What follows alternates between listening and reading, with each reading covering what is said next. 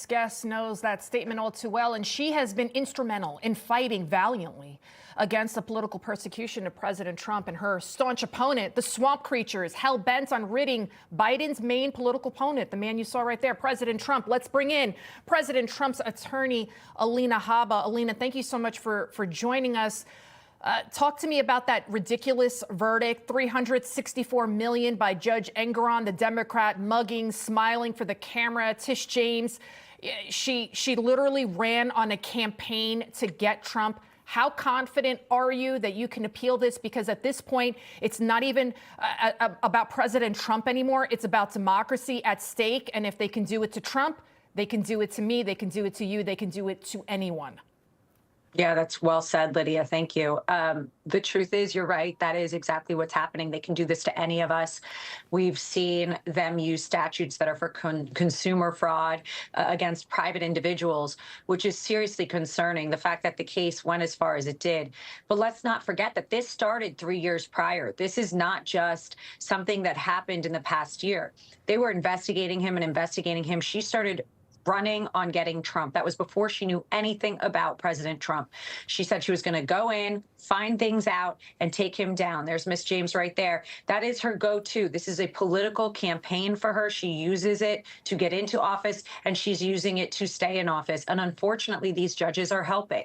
I'm very confident on our appeal. I have no concerns there. The record was so biased. The decisions were so void of law and order and fact that we are not concerned on the higher level courts. I'm actually looking forward to getting a fair shake.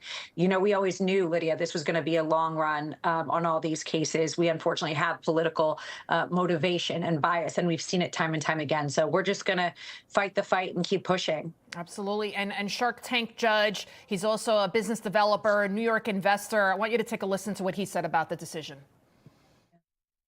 This is not about Trump anymore. When you get a developer that builds a building and he says it's worth $400 million and he wants to borrow $200 million from a bank, which happens every day, everywhere on earth, that haggling has gone on for decades. That's how it works. The bank that was supposedly defrauded testified and said, we didn't lose anything. We want to do business with this guy again. The judge said, no. Let's penalize all the developers all across America.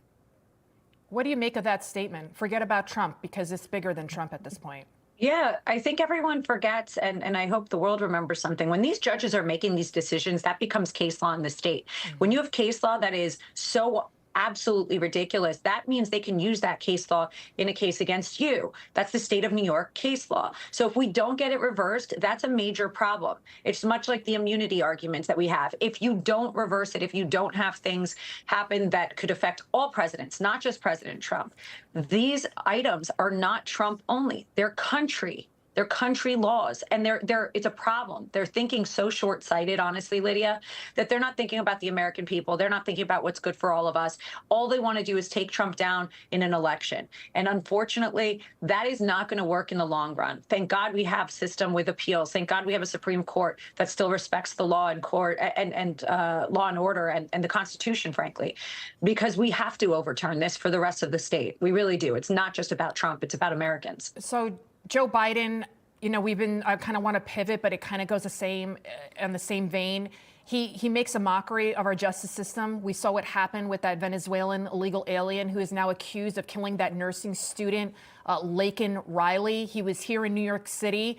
He was released into the United States because of an overcrowding. He was arrested twice here in New York City. They let him go, of course, instead of sending him back after breaking the law. Then he goes to Georgia. Now he's accused of killing this beautiful young girl, 22 years old, prime of her life. Does Joe Biden have blood on his hands at this point, Alina?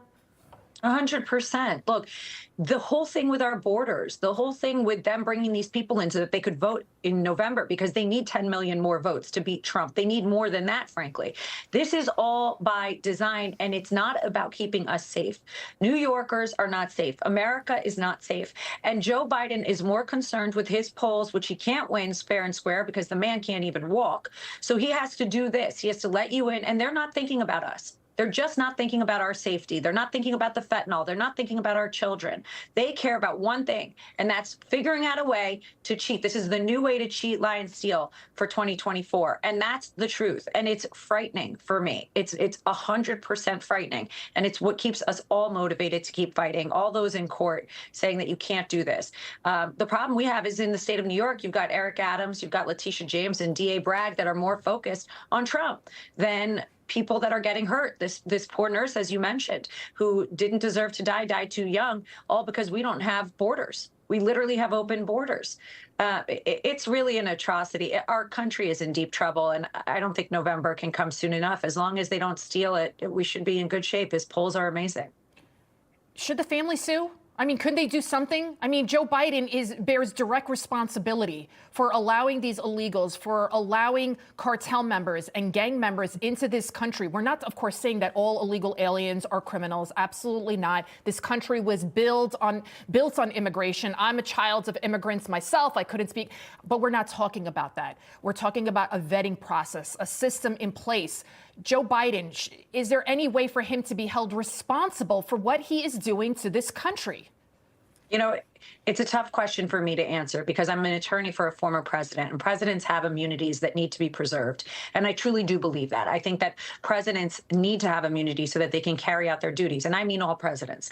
I think that the lack of care and concern needs to be showed when you go vote. There's 4-year terms for a reason. We can get this guy out and we can move on. And that is what we're going to have to do. And we're going to have to clean up that way. Lawsuits and litigation, you know, unfortunately, are not always the answer. And they take time, unless you're Trump. They take time. And I think that it's more important, frankly, that we get our borders secure than waste time trying to get money and litigious. To me, it's November. Get out and vote in November so that we can get this done and move on and close our borders. It's not just about the nurse. It's about anybody in the future that could get hurt. Absolutely. Thank you so much, Alina Habba, for joining us on this Sunday. Thank you for all that you do. Keep up the good fight.